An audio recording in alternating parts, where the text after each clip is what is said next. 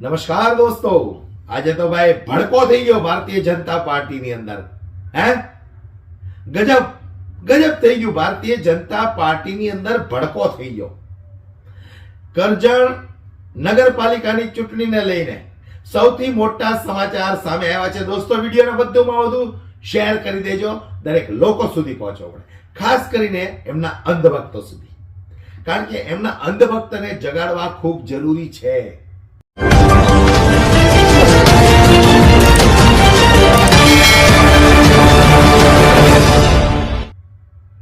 જેમણે વર્ષોથી પોતાની આંખો પર અંધભક્તિના જે ચશ્મા પહેર્યા છે એ ઉતારવા ખૂબ જરૂરી છે.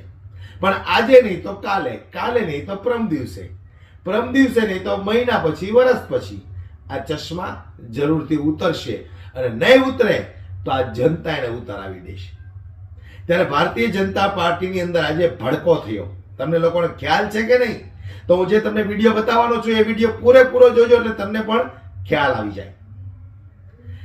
કરજણ મહાનગરપાલિકાની ચૂંટણીને લઈને ભારતીય જનતા પાર્ટીના નેતાઓ, એમના કાર્યકર્તાઓ ભારતીય જનતા પાર્ટીને તરછોડીને, લાત મારીને, તમે જે કહો એ કહી શકો છો, આજે આમ આદમી પાર્ટીમાં જોઈન્ટ થયા છે.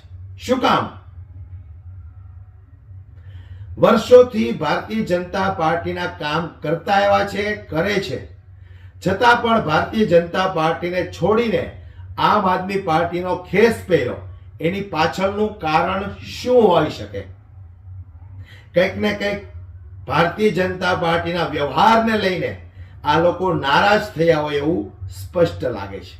ત્યારે આ વાતને લઈને આમ આદમી પાર્ટીના નેતા ગોપાલ ઇટાલિયાએ શું સ્ટેટમેન્ટ આપ્યું છે અને ભારતીય જનતા પાર્ટીને છોડી અને આમ આદમી પાર્ટીમાં કયા કયા ભારતીય જનતા પાર્ટીના નેતાઓ જોઈન્ટ થયા છે, આવો આપણે દોસ્તો જરા આ વિડીયોને વિસ્તારથી જોઈ લઈએ.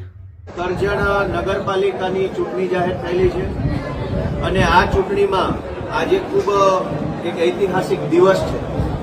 એક તરફ આપણા દેશનો મહાન તહેવાર મહાકુંભ ચાલી રહ્યો છે, શ્રદ્ધા અને આસ્થાનો તહેવાર ચાલુ છે.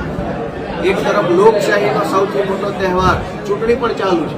એમ બે મોટા તહેવારો આપણા દેશમાં, આપણા ગુજરાતમાં અત્યારે ચૂંટણીના સ્વરૂપમાં અને ઉત્તર પ્રદેશમાં કુંભના સ્વરૂપમાં ચાલુ છે. ત્યારે એક બહુ સારો ઐતિહાસિક નિર્ણય કરજણ નગરપાલિકાના અલગ અલગ સમાજના આગેવાનોએ લીધો છે. અને બધા આગેવાનો ભૂતકાળમાં ભાજપ સાથે જોડાય અને કરજણ નગરપાલિકાના લોકોની સેવા કરતા હતા, ઘણા વર્ષોથી સેવા કરે છે.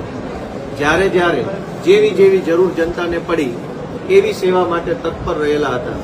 એ કોરોનાનો સમય હોય કે વરસાદ આવે ત્યારે પાણીપુરની સમસ્યા હોય કે જે કંઈ પણ પબ્લિકને નાની મોટી જરૂર પડે સેવાની, ત્યારે હંમેશા જેઓ સેવામાં સાથે ઉભા રહ્યા છે એ તમામ આગેવાનો આજ રોજ આમ આદમી પાર્ટી સાથે જોડાય અને હવે પછી કરજણ નગરપાલિકા અને કરજણના માધ્યમથી ગુજરાતના લોકોની સેવા કરવા આગળ વધી રહ્યા છે. ત્યારે જોડાનાર તમામ આગેવાનશ્રીઓનો હું આમ આદમી પાર્ટીમાં ખૂબ ખૂબ હૃદયના આવકાર આપું છું, સ્વાગત કરું છું. આ સાથે પાર્ટીમાં જે જોડાઈ રહ્યા છે એવા માનનીય મીનાબેન ચાવડા કે જેઓ નગરપાલિકાના પ્રમુખ તરીકે સેવા બજાવી રહ્યા છે હાલમાં, માનનીય વનરાજસિંહ રાવલજી સાહેબ છે કે જેઓ ક્ષત્રિય સમાજ, કરજણ સિનોર ક્ષત્રિય સમાજના પ્રમુખ પણ છે અને સ્ટેન્ડિંગ કમિટીના ચેરમેન છે, માનનીય ભરતસિંહ અટોદરિયા સાહેબ છે, તેઓ અટાલિયા સાહેબ, તેઓ વાઇસ પ્રેસિડેન્ટ છે નગરપાલિકાના, મોહમ્મદ સાંધી સાહેબ છે જેઓ નગરપાલિકાના સ્ટેન્ડિંગ કમિટીના પૂર્વ ચેરમેન રહી ચૂક્યા છે ઘણી વખત અને હાલમાં ચાલુ પાર્ષદ છે. ત્યાર પછી પ્રકાશભાઈ પરમાર છે, તેઓ સામાજિક ન્યાય સમિતિના ચેરમેન છે, મનુભાઈ વસાવા છે, તેઓ નગરપાલિકાના પૂર્વ પ્રમુખ રહી ચૂક્યા છે. આ સિવાય દિગ્વિજયસિંહ અટોદરિયા, તેઓ વિરોધ પક્ષના નેતા તરીકે હાલમાં જવાબદારી સંભાળે છે, કાઉન્સિલર છે.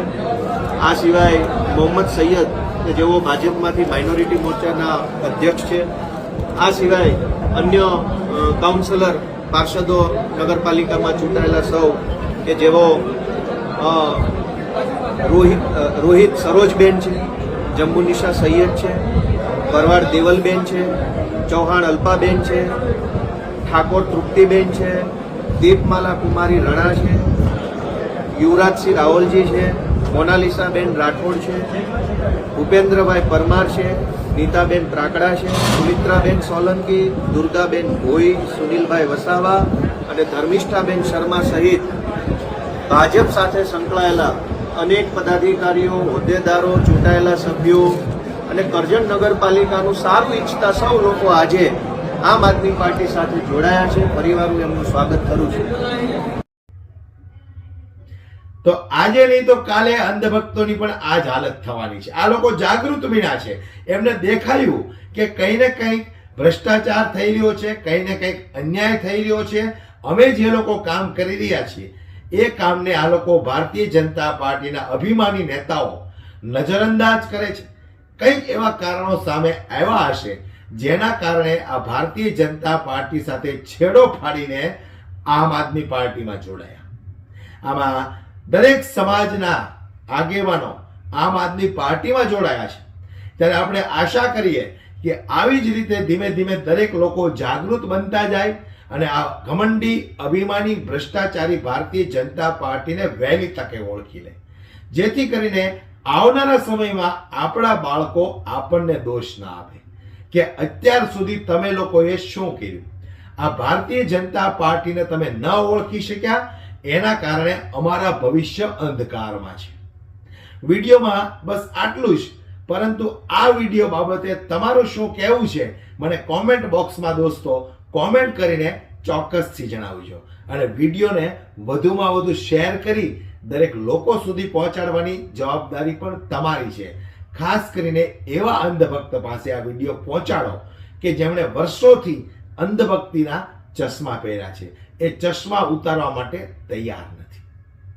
વિડીયો પસંદ આવ્યો હોય તો લાઈક કરવાનું ભૂલશો નહીં. જય હિન્દ.